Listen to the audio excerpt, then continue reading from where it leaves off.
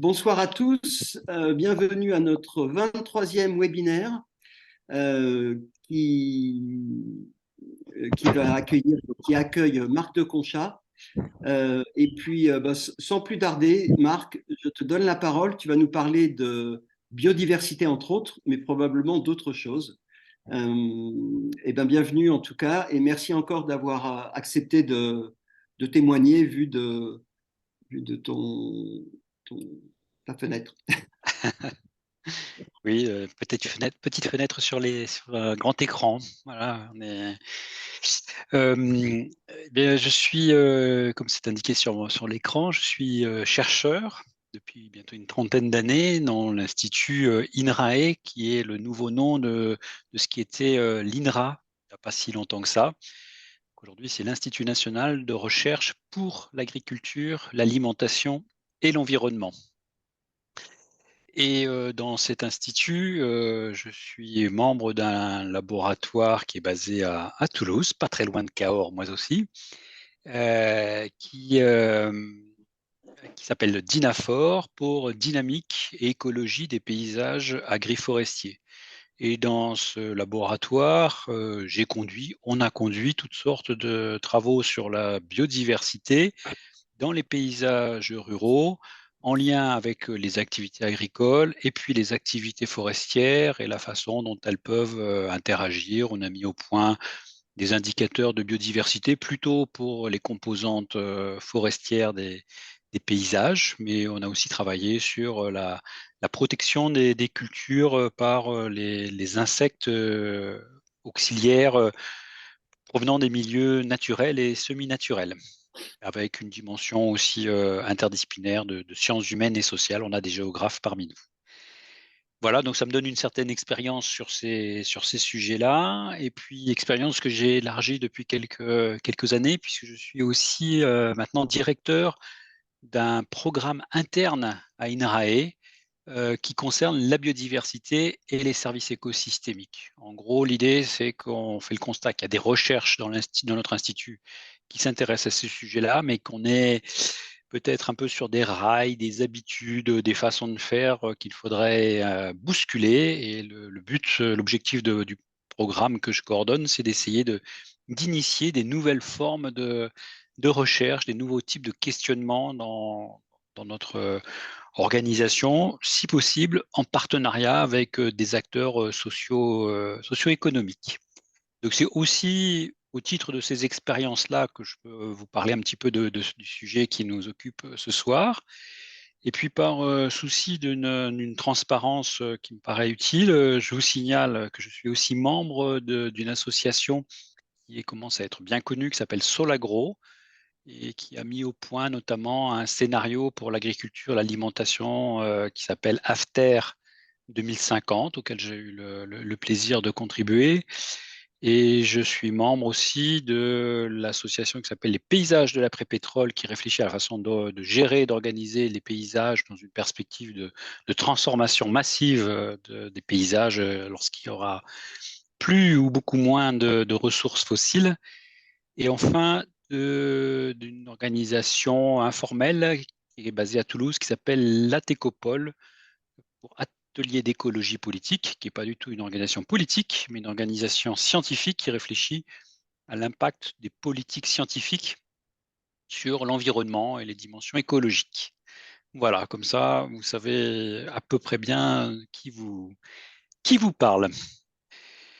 Voilà, et je suis vraiment ravi d'avoir été invité à m'exprimer ici devant vous. Je dois dire que vous êtes des interlocuteurs que je n'ai pas l'habitude de rencontrer. Je rencontre plus fréquemment des agriculteurs, des citoyens, beaucoup d'étudiants et assez rarement des gens beaucoup plus impliqués dans le monde de l'entreprise, de l'entrepreneuriat, voilà, dans ces différents domaines. Donc, je pense que c'est assez nouveau pour moi. J'ai essayé d'ajuster ma présentation que j'ai préparée un petit peu, ne sachant pas très bien à quel public je m'adressais. J'espère que je serai au bon niveau. Il y a des choses assez générales, un petit peu de connaissances qui me paraissent utiles à partagés, mais qui vous paraîtront peut-être un peu théoriques, enfin bon, vous me le direz. Et puis j'ai essayé dans la dernière partie de ma présentation, d'aller sur des choses plus concrètes, dont j'imagine vous puissiez vous en saisir dans vos activités. Alors, je ne prétends pas vous arriver avec une somme de recettes que vous pourriez mettre en œuvre dans vos entreprises ou dans vos activités, mais enfin, matière, je pense, à réfléchir à de l'action. Est-ce que ça vous va comme C'est parfait. ça Juste, je te rappelle que l'idée, c'est que tu puisses t'exprimer pendant une petite demi-heure. Alors, s'il y a des questions, n'hésitez pas, hein. Et puis qu'ensuite, ça donne lieu à un échange entre nous tous avec voilà, des questions, des réponses, des partages d'expériences ou autres. Très bien. Alors, attendez, je vais juste organiser un tout petit peu mon écran. Voilà. Heu, le premier point et pardon, j'ai raté une diapositive. J'ai commencé par la conclusion. J'ai commencé par la conclusion en me disant: «Ben, tant que vous avez l'esprit frais, et à ce temps-là, c'est pas si évident que ça». Je vais essayer de vous dire en quelques mots les grandes idées que j'aimerais vous faire parvenir, vous faire passer dans ce qui va suivre. C'est un, la biodiversité se dégrade de façon très, très alarmante. Les activités humaines, et notamment agricoles, en sont l'une des causes principales, si ce n'est la première. Et en même temps, l'agriculture et les activités humaines sont énormément impactées par ces dégradations et risquent de l'être encore plus dans le futur. Je dirais quelques mots sur le fait que la biodiversité, c'est un concept qui est assez complexe et dont on utilise souvent ce mot valise de façon un peu raccourcie, et je pense que c'est utile d'en avoir une compréhension un petit peu plus fine. Et que pour cela, ben, ça pourra servir ensuite à une démarche de sensibilisation, d'une meilleure connaissance et d'action que vous pouvez mettre en œuvre à toutes échelles dans vos entreprises, dans vos activités, voire dans votre vie personnelle. Et que pour ça, on peut agir soit très localement et très directement sur la biodiversité, et c'est une de ses caractéristiques, mais aussi, et parfois c'est juste en faisant un petit peu moins d'intervention, mais aussi qu'on peut interagir sur la biodiversité de façon indirecte par un certain nombre de choix. Et j'essaierai d'attirer votre attention sur cette dimension qui me paraît essentielle. Et donc pour commencer, un peu enfoncer le clou, un peu plus fortement sur le fait que la dégradation de la biodiversité est massive. Donc on a l'équivalent du GIEC qui s'appelle l'IPBES, un panel intergouvernemental sur la biodiversité et les services écosystémiques, qui compile, comme pour le GIEC, des quantités phénoménales d'informations, en fait une synthèse, le soumet aux différents gouvernements qui composent cette synthèse. Donc ce n'est pas juste l'expression des scientifiques, c'est l'expression des scientifiques validée par les instances politiques. Et le dernier rapport aboutit en gros à 4 enseignements majeurs, le résumé du résumé du résumé, hein.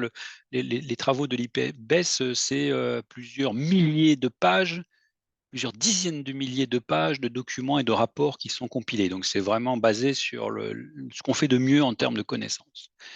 Et le point A, c'est que la nature et ses contributions vitales aux populations se détériorent et se détériorent de plus en plus. Voilà. Que les facteurs directs et indirects se sont intensifiés, donc c'est de pire en pire dans les 50 dernières années. Que pour pouvoir faire face à cette dégradation, il faudrait conduire des changements en profondeur sur des plans économiques, sociaux, politiques et technologiques, et que ça nécessite et que c'est faisable à condition de déployer de toute urgence, rapidement et de façon massive des changements qui viennent d'être indiqués. Donc il y a l'idée d'une urgence. Alors une fois qu'on a dit ça, bon, c'est pas très concret. Alors j'ai essayé de rendre ça, ou de reprendre des éléments qui rendent ça un peu plus concret. Aujourd'hui, on pense qu'il y a presque 700 espèces de vertébrés. Donc les vertébrés, c'est les grands animaux, hein, qui sont éteints suite à l'impact des activités humaines. Plus d'1 million, c'est-à-dire 25 des espèces que l'on connaît pour l'instant dans le monde, qui sont menacées d'extinction, clairement menacées d'extinction. Et que le taux d'extinction des espèces aujourd'hui, il est entre 10 et 100 fois plus élevé que dans le dernier 10 millions d'années. À tel point que pour certains scientifiques, ils estiment que nous serions entrés dans la 6e grande extinction de la biodiversité. Qu'est-ce que sont ces grandes extinctions? Eh bien, c'est des moments dans la vie de la planète et la vie de la vie, où, pour différentes raisons, la biodiversité s'est, brutalement effondrée en plusieurs siècles, et la dernière de ces grandes extinctions, eh bien, c'était il y a 65 millions d'années, c'est la disparition des dinosaures suite à la chute probable d'une météorite. Et vous avez la courbe, voilà, nous on est à la 6e. La courbe, c'est pas une vue d'esprit, c'est bien la pente actuelle de dégradation de la biodiversité telle qu'elle est observée par les scientifiques aujourd'hui. Donc vous voyez le niveau d'alarme il y a autour de ces questions-là, et ça fait quand même un moment que les scientifiques tirent la sonnette d'alarme, puisque déjà en 2017, près de 15 000 scientifiques sur ce problème-là et d'autres disaient attention, attention, concitoyens habitants du monde, bientôt il sera trop tard. Et je fais bien ce signal et j'espère que vous l'entendrez. Les causes de ces dégradations, elles sont essentiellement humaines. De toutes les analyses qui ont été conduites, on identifie 6 principales. Heu, alors si on s'intéresse à la biodiversité terrestre, vous voyez que la première des causes, c'est l'utilisation des terres et leur dégradation. La façon dont on s'en sert, la façon dont on va convertir des milieux naturels en milieux, cultivés, ou des milieux cultivés en béton pour faire des parkings ou des autoroutes. La deuxième cause, c'est l'exploitation directe, c'est la surexploitation, c'est la surpêche par exemple, c'est le fait de trop chasser certaines espèces. Le changement climatique n'arrive qu'en troisième position et de façon bien moindre, nettement moindre que que les conséquences de ces activités humaines directes. La pollution est la quatrième cause. Les espèces envahissantes sont la cinquième cause. Et puis ensuite, il y a tout un ensemble d'autres petites causes beaucoup moins importantes pour le moment. Donc on le voit, un poids énorme de nos activités humaines dans cette dégradation de la biodiversité.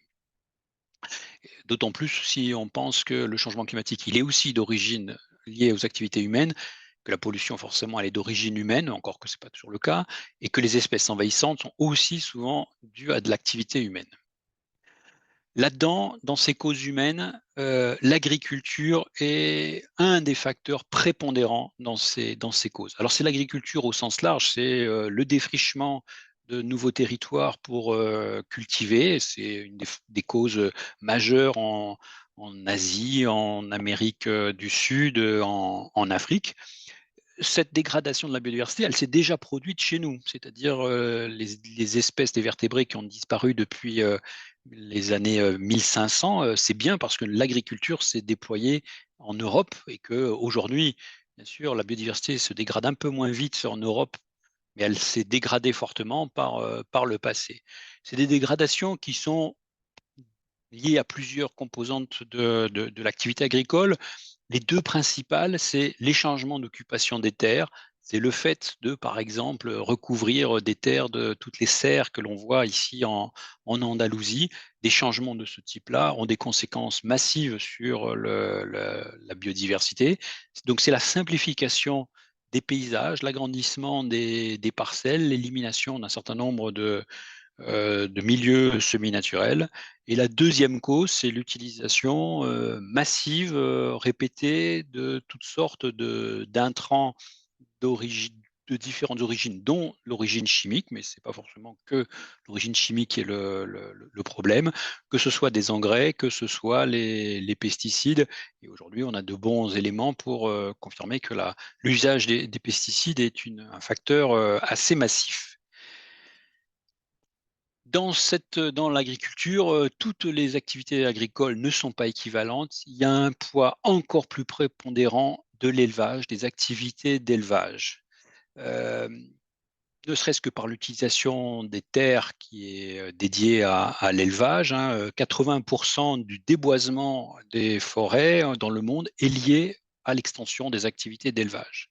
Ici, ce graphique, moi, je le trouve très, très parlant parce qu'il représente ce qu'on appelle la biomasse, c'est-à-dire le poids des organismes vivants. Et si on fait le poids de tous les mammifères terrestres, on est capable, par des estimations de différents ordres, de peser l'ensemble du poids des bétails mammifères, l'ensemble du poids des humains et l'ensemble de ce que représentent les animaux sauvages, éléphants, rhinocéros, souris, chauves-souris, et voilà, mais terrestres, hein.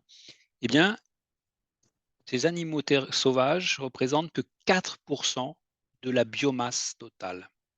C'est-à-dire que tout le reste, 96%, est occupé par les humains ou par nos animaux d'élevage, donc qui consomment une grande partie de tout ce qui est produit par la planète en termes de végétaux.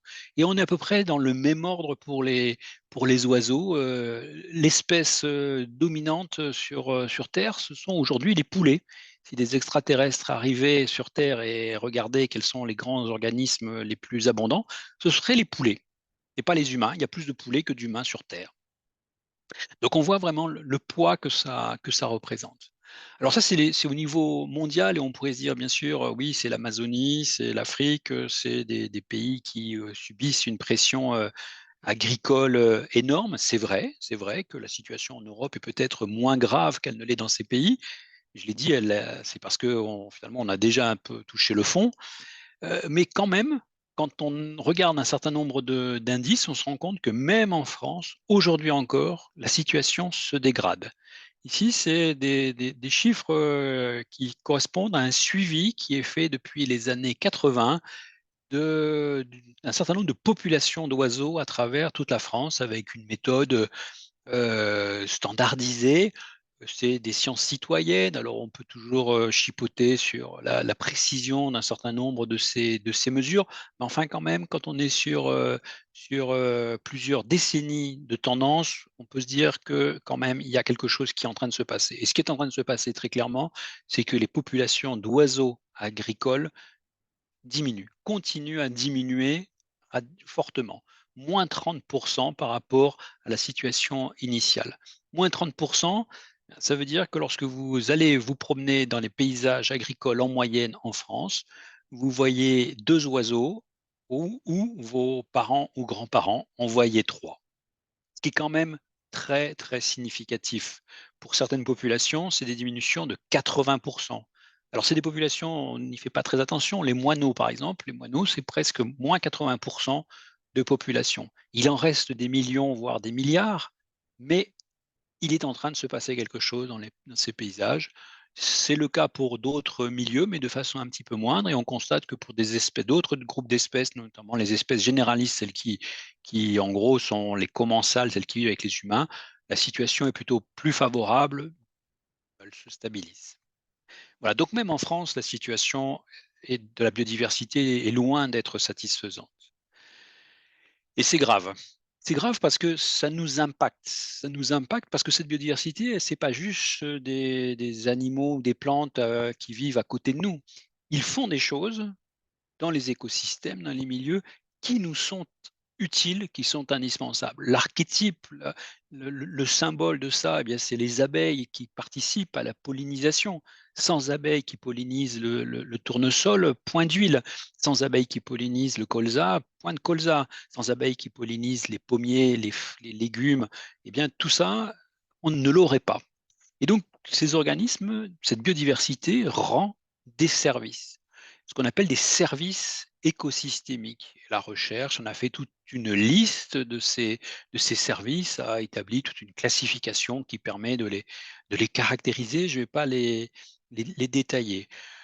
La recherche et les économistes qui sont capables de tout sont même parvenus à faire une forme d'estimation de la valeur de ces services. Et il s'avère qu'en France, eh bien, les chiffres, ça serait entre 2 et 5 milliards d'euros par an rendus par la biodiversité, des services rendus gratuitement, que si nous devions nous substituer à ces organismes pour le faire nous-mêmes, eh bien, voilà ce que ça nous coûterait, et c'est sans doute très sous-estimé. Donc nous en bénéficions. Et c'est ce qui a conduit un certain nombre de recherches à se dire, eh bien, si on veut maintenir la biodiversité et si on veut maintenir les productions agricoles et l'activité agricole et d'autres activités, hein. Moi, j'ai mis un peu le focus sur l'activité agricole parce que c'est mon domaine, mais ce que je dis là peut être valable pour d'autres domaines. Eh bien, sans doute qu'en diversifiant et en rompant avec la tendance passée qui était une forme d'hyper-simplification des paysages, des pratiques, des cultures, et au contraire, en revenant à une forme de diversification, eh bien, on pourrait avoir un levier qui permettrait à la fois de stabiliser, voire d'améliorer les productions agricoles, de diminuer les impacts négatifs de certaines pratiques.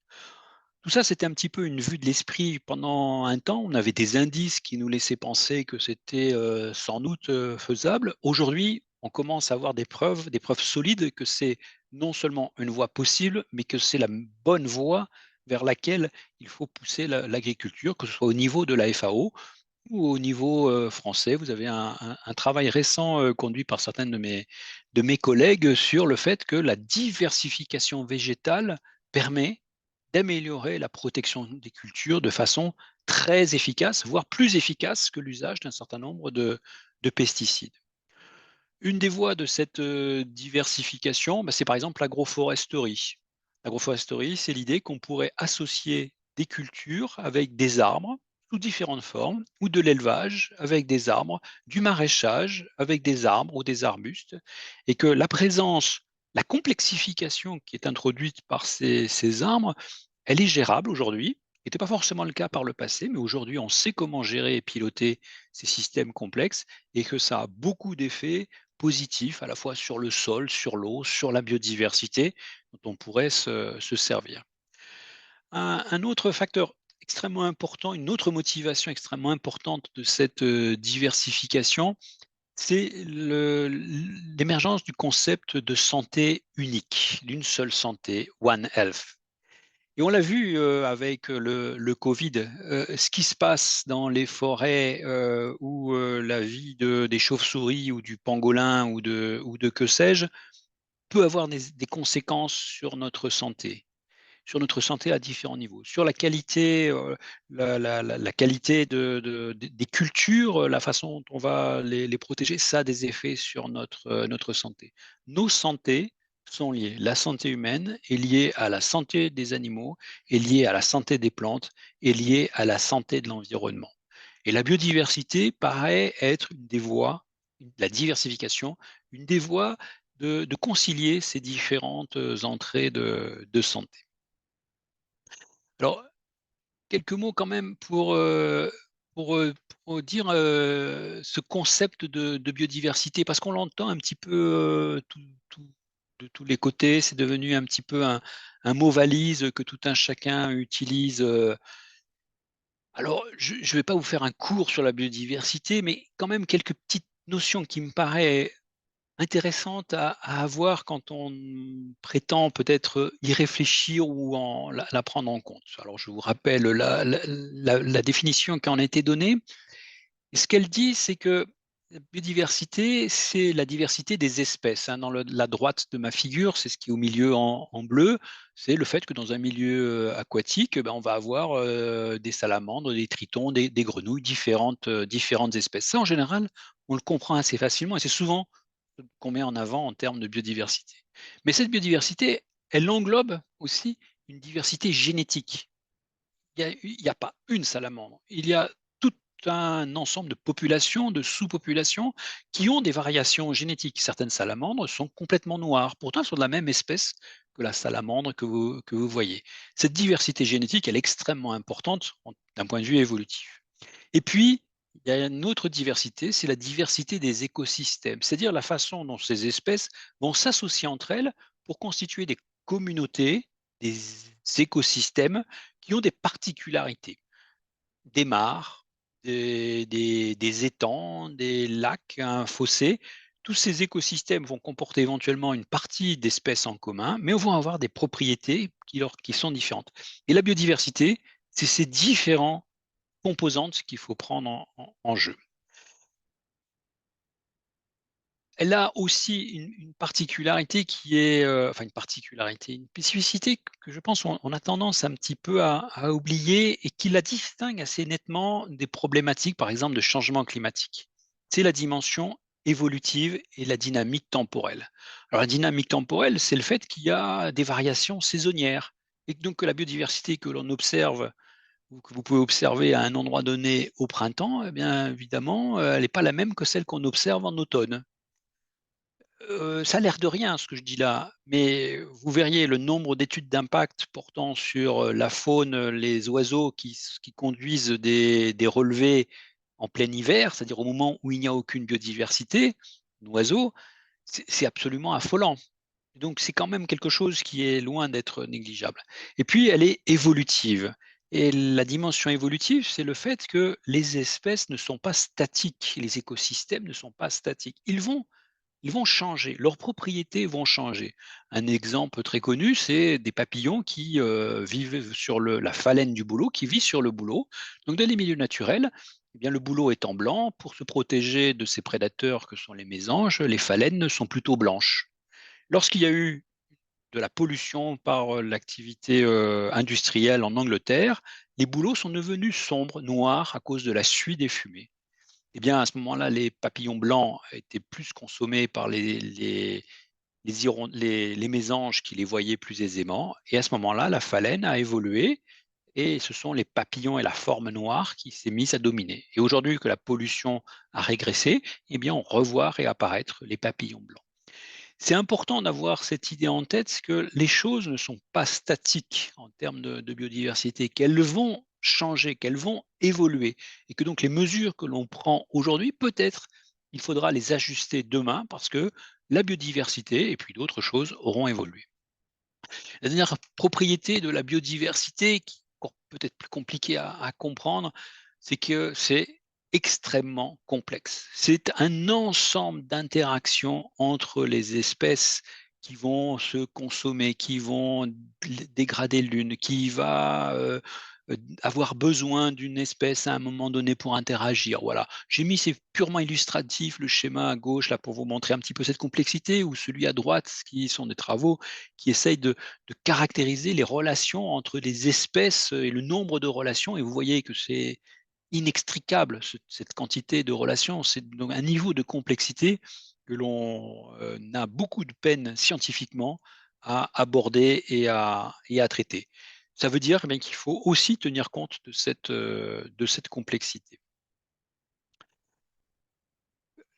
Il y a plusieurs Quand on commence à penser gestion de la biodiversité, en fait, on renvoie rapidement à des questions de valeur. Toutes les espèces, pour les humains, n'ont pas les mêmes valeurs. Tout le monde est attaché aux pandas, tout le monde est attaché aux petits chevreuils, peut-être un petit peu moins aux vaches, et pourtant, elles sont ensemble. On leur trouve un caractère plus ou moins esthétique. Elles ont des valeurs symboliques.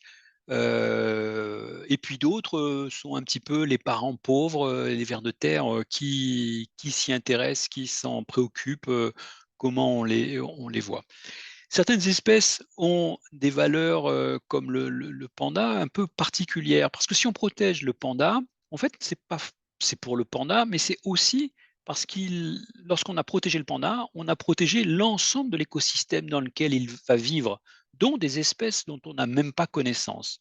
On va parler là d'espèces parapluies, c'est-à-dire que le panda, en lui-même, il disparaîtrait des forêts de bambou de Chine, ça ne changerait pas grand-chose aux forêts de bambou de Chine. Par contre, en protégeant le panda, on protège l'ensemble de l'écosystème. Et puis, il y a d'autres types d'espèces. Quand on va parler d'espèces clés de voûte, eh bien, le ver de terre, c'est une espèce clé de voûte. Si on enlève les vers de terre, il n'a pas une valeur patrimoniale très importante, mais ça va changer tellement le fonctionnement des sols que ça peut devenir extrêmement grave pour beaucoup d'autres espèces. Une dimension qui est importante, c'est la dimension patrimoniale. C'est-à-dire qu'il y a des espèces qui sont particulièrement rares ou qui ont une valeur emblématique, auxquelles les humains se sont attachés pour différentes raisons qui sont compliquées à expliciter. Et eh bien, on est attaché à préserver ces espèces. C'est pour ça qu'on indique souvent, bah, voilà, il y a telle espèce qui est, en voie d'extinction ou pas. Vous avez à gauche le pic-prune qui, à lui tout seul, cette espèce a détourné une autoroute en France parce qu'elle était présente dans des espaces qui allaient être, défrichés et dégradés par le passage d'une autoroute. Eh bien, son statut de protection, au niveau international a justifié qu'on détourne une autoroute. Enfin, concernant la biodiversité, ce qu'il faut savoir, c'est qu'on n'en sait pas grand-chose. En fait, une bonne partie de la biodiversité, elle est mal connue. Vous avez à gauche, le nombre d'espèces qui ont été décrites, hein, c'est la taille des différentes silhouettes ou c'est la hauteur, enfin la longueur des barres, les plus foncées. Vous voyez, pour les insectes, c'est à peu près 1 million d'espèces qui ont été, décrites. Vous voyez que les mammifères, ça représente pas grand-chose dans la biodiversité, donc ça nous rend beaucoup plus modestes notre importance dans l'ensemble de la faune. Et puis vous avez en plus clair la liste, le nombre estimé des espèces que l'on ne connaît pas. Alors je ne vous explique pas comment on peut estimer quelque chose qu'on ne connaît pas, mais il y a des techniques très statistiques, très puissantes qui permettent de le faire et de dire que c'est assez fiable ces chiffres-là. Et donc voilà, les insectes, eh bien, on estime qu'il y a à peu près 8 millions d'espèces à découvrir, enfin qui existent sur Terre et nous n'en connaîtrions à peu près qu'1 million. Donc vous voyez l'ampleur. On découvre encore des espèces d'insectes nouvelles en France. Et puis par ailleurs, une bonne partie de cette biodiversité est invisible. Les petits colamboles que vous avez en haut ou le tardigrade qui est en bas sont dans nos sols, sont extrêmement importants dans nos sols, sont extrêmement nombreux et très divers. Et pourtant, en aviez-vous déjà entendu parler? Et donc, il faut faire un petit peu attention quand on parle de biodiversité. On a tendance à privilégier la biodiversité que l'on voit, les papillons, les oiseaux, les plantes. Il faut aussi avoir en tête cette biodiversité que l'on ne voit pas, mais qui peut être aussi importante. Je passe maintenant à la partie un petit peu agir. Qu'est-ce qu'on peut faire? Comment on peut faire? Qu'est-ce que vous pouvez faire peut-être à vos niveaux une fois que vous avez, ces éléments un peu de cadrage? Eh bien, il y a la première des choses, me semble-t-il, c'est la sensibilisation. C'est sensibiliser, vos partenaires, collaborateurs, coopérants, voisins, que sais-je, à la biodiversité, à son importance, aux enjeux. Quelques outils qui sont à votre disposition pour ça, qui sont plutôt bien faits pour les avoir explorés, c'est les fresques de la biodiversité. Vous connaissez sans doute la fresque du climat, une sorte d'activité ludique qui permet de découvrir le changement climatique, et la même chose pour la biodiversité. Vous avez aussi une forme de formation, auto-formation très très simple, très facile d'accès, le b.a.-ba du climat et de la biodiversité. Une façon vraiment très, très directe et accessible pour pouvoir découvrir ça. Pour les enfants, pour des niveaux ou des étudiants, des lycéens, des collégiens, eh bien, il y a des organismes ou des structures comme la classe dehors qui proposent toutes sortes de ressources pour avancer dans cette perspective. Une fois qu'on a sensibilisé, souvent on a envie de connaître et la connaissance, eh bien c'est pas facile parce que la biodiversité, c'est pas si accessible que ça quand on veut rentrer un peu plus loin que, oui, il y a des papillons, oui, il y a quelques arbres, et des fleurs, mais lesquels, qu'est-ce qu'elles font? Un outil que je trouve absolument intéressant et qui pourrait être déployé à différents niveaux, dans des projets au sein d'une entreprise, dans un plan RSE, sur un site, ou chez des agriculteurs, enfin que sais-je, c'est, l'application e-Naturalist. Une application qui fonctionne en réseau et qui aide à la fois à reconnaître toutes sortes d'organismes vivants, animaux, végétaux, champignons, insectes de façon quasiment automatique avec un smartphone, et puis de garder trace de ces observations, de les comparer à celles d'autres personnes. Donc, voilà, une source, je vous ai mis le lien qui vous permet de vous abonner à mon compte si vous avez envie de suivre mes découvertes de naturaliste. Une autre source d'information, hein, c'est les ABC de la biodiversité. Donc, c'est les atlas de biodiversité communale qui se généralisent peu à peu en France et qui peuvent être des sources d'informations ou des projets auxquels vous pouvez contribuer en tant que citoyen ou en tant qu'entreprise sur une région donnée.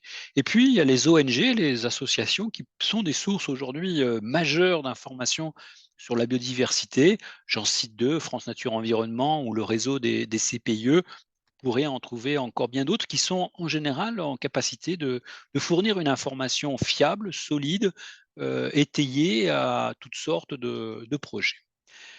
Ensuite, agir, agir concrètement. Bah, en gros, l'idée, derrière simple, c'est d'essayer de passer de ce qui est à gauche à plutôt ce qui est à droite, c'est diversifier. La diversification, un peu tous azimuts de toutes les composantes des éléments auxquels on a accès, des écosystèmes, des composantes de la végétation, mais aussi des pratiques qu'on leur applique.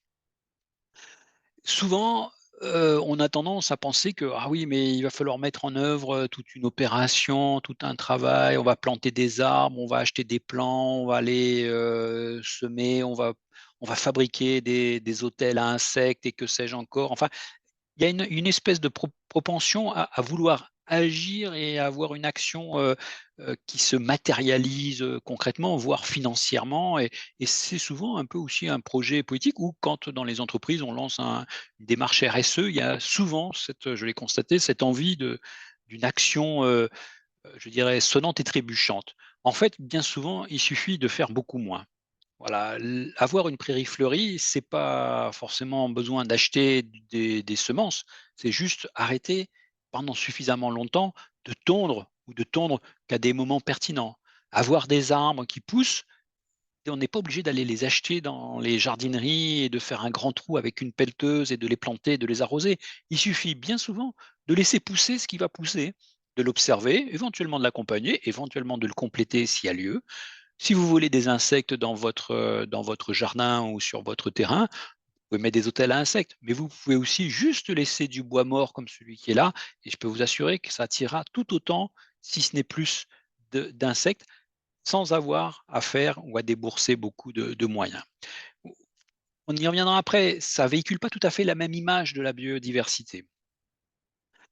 Heu, Il faut pour ça d'ailleurs tenir compte des perceptions de la biodiversité, parce qu'on va engager d'autres acteurs dans un projet pour favoriser la biodiversité, des agriculteurs, des salariés, des collègues, que sais-je. Vous allez et souvent on a toutes sortes de perceptions de la biodiversité un peu implicites. La biodiversité, quand on parle de forêt, on voit plutôt la photo qui est en haut, la futaie, c'est très beau, on voit le loin, c'est très dégagé. Mais la forêt naturelle qui est propice à la biodiversité et qui va très bien, c'est celle aussi qui est en bas à gauche, celle où on peut difficilement circuler, où on peut difficilement marcher, où il y a du bois mort au sol. Ça aussi, c'est de la biodiversité. Mais en termes de perception d'image que ça véhicule, c'est pas tout à fait la même chose et la sensibilisation, elle contribue à rompre un petit peu avec ces idées ou ces images qu'on se fait que, monsieur Terrasson avait bien décrit dans l'idée de la peur de la nature. C'est-à-dire que la nature avec, ses ronces, avec ses orties, eh bien, c'est pas la bonne nature. Parfois, c'est aussi des perceptions négatives sur certains organismes. Certaines personnes sont phobiques des crapauds ou des serpents. J'espère que parmi vous, il y a personne qui a peur des serpents. Pourtant, ils font aussi partie de la biodiversité. Quand on mène un projet pour favoriser la biodiversité, il faut aussi tenir compte de ces différences d'appréciation par les différentes, personnes qui vont être impliquées. C'était aussi à relier avec le fait de ne pas négliger la sécurité dans les problématiques liées à la biodiversité. On voit que c'est souvent un frein dans ces projets de déploiement d'infrastructures, d'éléments favorables à la biodiversité, sur le fait que: «Ah bah oui, mais si on laisse, l'herbe pousser, on va voir des serpents qui vont se rapprocher des bâtiments. Et si on laisse, la végétation se développer, naturellement, on va voir des tiques. Et si, on laisse, les arbres morts, eh bien oui, ils peuvent tomber sur les bâtiments ou, créer des mares, c'est autant d'endroits où on peut, avoir des accidents». Cela est vrai et il faut en tenir compte, il faut y faire attention. En général, la perception, l'imaginaire que l'on a de l'importance de ces risques est bien supérieur au risque effectif ou au danger effectif. Mais c'est important de pouvoir en tenir compte et de rassurer les personnes qui sont impliquées sur ces éléments-là. On peut aussi les rassurer en leur disant que la biodiversité, elle a des effets positifs sur la santé. Et aujourd'hui, c'est prouvé scientifiquement par toutes sortes d'études qui convergent. Un effet très direct, très instantané, voilà, j'ai quelques chiffres là, j'ai pas mis beaucoup de graphiques, mais quelques-uns qui montrent que lorsque l'on est en train d'observer un paysage, naturel, eh bien notre rythme cardiaque est meilleur que lorsqu'on est en train d'observer un milieu artificialisé. Et on a toutes sortes d'indices similaires sur la tension, sur un certain nombre d'hormones de stress qui montrent que être en contact avec la biodiversité, eh bien, même de façon purement visuelle, a des effets positifs sur notre santé.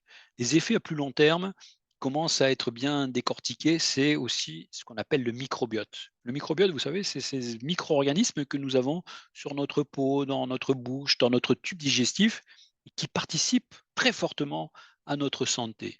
Eh bien, aujourd'hui, on sait que lorsque l'on habite, et notamment les enfants, dans un environnement naturel, on constitue un microbiote beaucoup plus diversifié et de bien meilleure qualité qui nous protégera dans, dans au cours de notre vie que le microbiote que l'on acquiert lorsque l'on vit dans un milieu urbain artificialisé, tout aseptisé qu'il soit. En fait, on n'a pas les bonnes bactéries, les bons micro-organismes.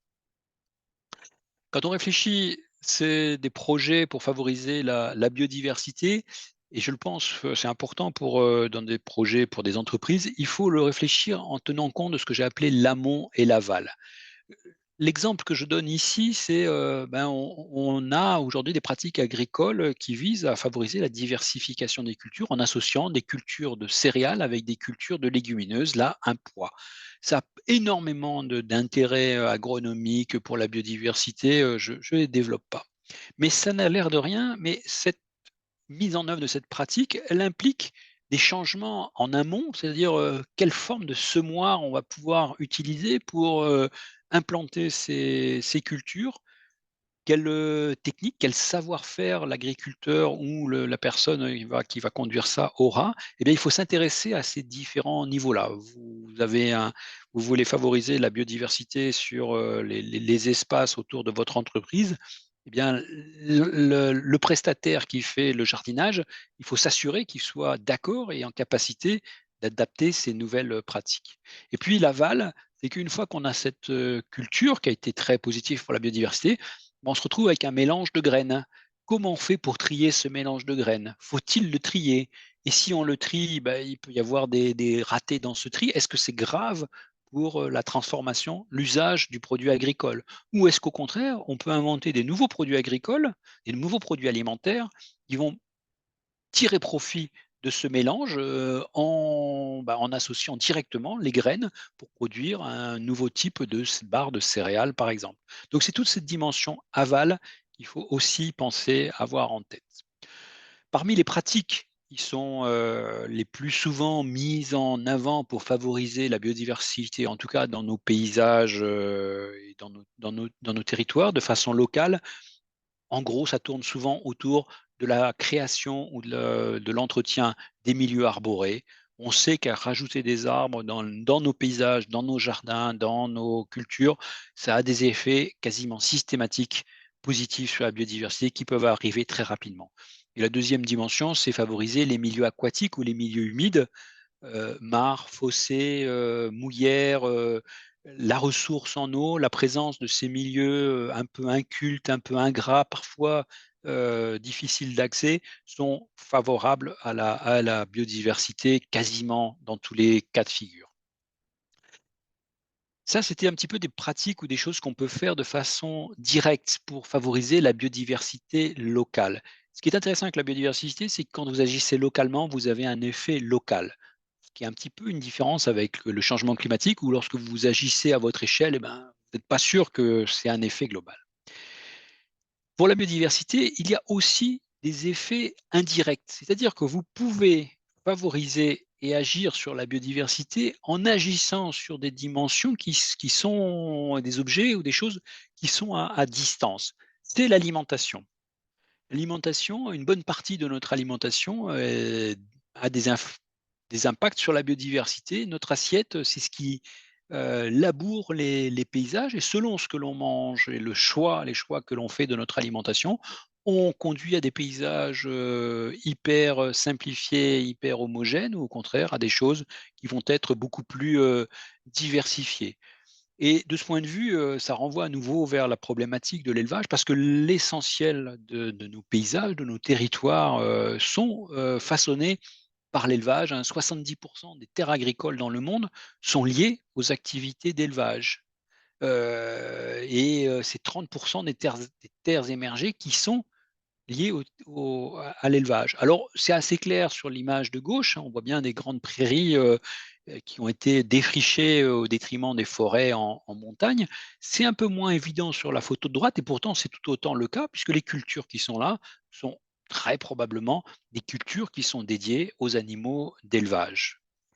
Et donc choisir notre alimentation, influe sur, la biodiversité que l'on pourra induire et notamment sur la proportion de viande qui est dans notre alimentation. C'est aussi le choix, par exemple, des types de matériaux que l'on va, utiliser ou que l'on va, acquérir, dans voilà la façon dont une entreprise se fournit. Aujourd'hui, on sait que la ressource en sable qui paraissait être quelque chose d'absolument infini est est maintenant limitée et a des impacts majeurs sur la biodiversité, notamment des milieux aquatiques, parce qu'on en fait une extraction massive pour, produire du béton, où on creuse des carrières comme le long de la Garonne pour, sortir des granulats qu'on va re-remplir avec, les déchets de béton dont on ne sait pas quoi faire. Donc on voit bien là quelque part un cercle vicieux. Dans les choix qu'une entreprise, qu'un citoyen peut faire, cette dimension du choix des matériaux qui vont être utilisés est extrêmement importante. Souvent se pose la question du bois, parce qu'on a un peu une injonction, contradictoire dans notre société en disant: «Eh bah, le bois, c'est un matériau biosourcé qui évite, d'exploiter des ressources, fossiles, limitées, mais en même temps, on exploite, les forêts et peut-être que les coupes rases, c'est problématique pour la biodiversité» et c'est vrai. Globalement, on sait aujourd'hui que l'on peut et c'est le cas en France, dans les grandes lignes, utiliser beaucoup plus de bois et de produits biosourcés comme le bois dans tout un ensemble d'usages qui sont extrêmement variés. Il y a peu de choses dans lesquelles on ne puisse pas remplacer les matériaux par du bois et eux, avec des techniques comme par exemple ces scieries mobiles qui aujourd'hui permettent d'exploiter des ressources à des échelles beaucoup plus fines que les immenses plantations ou les immenses coupes rases qui sont objets de beaucoup de critiques. Donc, n'hésitez pas à utiliser du bois, à condition que ce soit de façon mesurée. Là aussi, la ressource est renouvelable, mais elle n'est pas illimitée. Et puis enfin, la biodiversité, eh bien, elle est en lien et la préservation de la biodiversité doit être réfléchie et est en lien avec les autres crises, majeures que sont le changement climatique, la dégradation de la biodiversité, la crise énergétique. Donc, réfléchir, la problématique, biodiversité dans une démarche d'entreprise qui se voudrait responsable, mais ça doit aussi se réfléchir avec l'ensemble des autres dimensions de l'environnement, que ce soit changement climatique, voilà, je les ai cités. Ce qui est intéressant, c'est que globalement, il y a convergence entre ces différentes, crises. Ce qui favorise la biodiversité sont plutôt des solutions qui sont favorables pour lutter contre le changement climatique et pour s'adapter et et vice versa en général lorsque c'est bien réfléchi. Mais en tout cas, il faut les réfléchir de façon conjointe. Enfin, je voulais terminer par, le fait que ces rapports à la biodiversité, là, je les présente un petit peu, comme, une forme de matérialisme très, et on peut l'augmenter, on peut diminuer, on est comptable de la biodiversité. La biodiversité, elle a une particularité par rapport à d'autres crises climatiques, à la crise climatique ou à d'autres crises, c'est qu'il y a des liens particuliers, philosophiques, moraux, éthiques vis-à-vis du reste de la nature dont nous faisons partie. Et ça renvoie à des problématiques, à des questionnements philosophiques. Et il y a aujourd'hui clairement une évolution de point de vue philosophique sur ce qu'est la nature, sur notre rapport à la nature, ce que sont les rôles des humains vis-à-vis de cette nature. Et je vous ai mis là quelques exemples de livres ou d'articles en rapport avec ces problématiques-là et ces questions-là qui, moi, en tout cas, m'ont particulièrement intéressé et éveillé mon esprit sur ces questions-là. Donc, je vous incite à aller, voilà, à aller lire Baptiste Morisot en particulier, est à la fois extrêmement facile à lire, c'est passionnant et très instructif. Et voilà, j'en ai terminé de cette présentation sur la biodiversité. Je n'ai pas suivi le temps. J'espère que je suis à peu près dans ce qui avait été prévu. Et je serais Merci ravi Marc. d'échanger et de discuter avec vous de ces éléments. Merci beaucoup pour ce que j'ai trouvé moi passionnant, bien synthétique en tout cas, et puis suffisamment de. Enfin bon, plutôt que de commenter, je vais plutôt laisser la parole à qui veut poser des questions et peut-être aussi à Eric si tu as des dessins à partager, n'hésite pas. Et arrêter Euh, l'enregistrement, je crois que c'était ce qui était. ah oui, en fait, je vais laisser encore un tout petit D'accord, peu le temps que Eric pas de partage souci. peut-être quelques dessins. Et puis, euh, et puis après, effectivement, j'arrêterai l'enregistrement pour que voilà, la deuxième partie soit pas diffusable euh, Ce sera entre nous. et que vous soyez tout en confiance pour échanger qu'on puisse échanger entre nous. Parce que Alors, j'ai conscience que ça ne peut ne pas faire consensus, ce que je viens de dire. oh bah oui, effectivement, oui, mais c'est pas, enfin oui, mais Non, tant mieux, à la limite, tant mieux. oui. Alors, avant, il y a alors quelqu'un d'autre qui revient après avoir disparu, voilà. Euh, je vais, ouais, bon, je vais arrêter l'enregistrement. Eric, t'as des un ou deux dessins? Alors vas-y, tu prends la main et puis après, Anne-Sophie, je te laisserai poser la question et puis on partagera. Alors j'ai oublié, j'ai pas présenté Eric. Eric est un dessinateur humoristique et il a le don de jouer avec les mots. Euh, voilà, Donc, donc nous l'idée sommes c'est champions du de monde. dire, il sait dire des choses juste avec les dessins et les petites bulles. Euh, donc on est champion du monde. Tout à fait. Si vous voulez réagir, n'hésitez pas, hein. Donc, on est quand même champion du monde dans quelque chose. Oui, Alors, tout à fait. après, je voulais parler des oiseaux qui disparaissent très vite. Donc, il y a, si j'ai bien compris, il y a à peu près un tiers des oiseaux qui ont déjà disparu en termes de quantité. Donc, je vais vous chanter cette chanson que vous connaissez. Dans la forêt lointaine, on entend le coucou. Du haut de son grand chêne, il répond au hibou. Coucou, coucou, hibou, coucou. Bah, il en manque, quoi.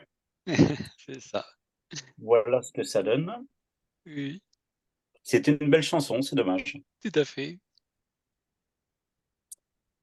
Et puis une question économique. Petit ver de terre, combien pèses-tu dans l'économie? Avec mes amis, la biodiversité, entre 2 et 5 milliards d'euros. Et toi? C'est Et ça. d'ailleurs, il pèse aussi, je pense, beaucoup en matière de poids, tout simplement. Je pense que ça doit être en termes de poids, ça doit être gigantesque, quoi. Oui, oui, oui, jusqu'à 500 kilos par hectare de vers de terre. Les vers de terre en un an, dans une parcelle, dans certaines parcelles agricoles, bougent autant de terre que la charrue. Mhm. Et parmi les Alors, en oiseaux tout qui cas, ont emblématiques qui ont un peu disparu, c'est l'alouette. Tout le monde connaît l'alouette. Et aujourd'hui, l'alouette des champs, bah, je peux vous assurer que c'est une espèce qui a diminué de façon incroyable. Merci en tout Alors, cas, Eric. merci. Je vais arrêter l'enregistrement, puis je vais passer la parole à, je crois que c'était Anne-Sophie.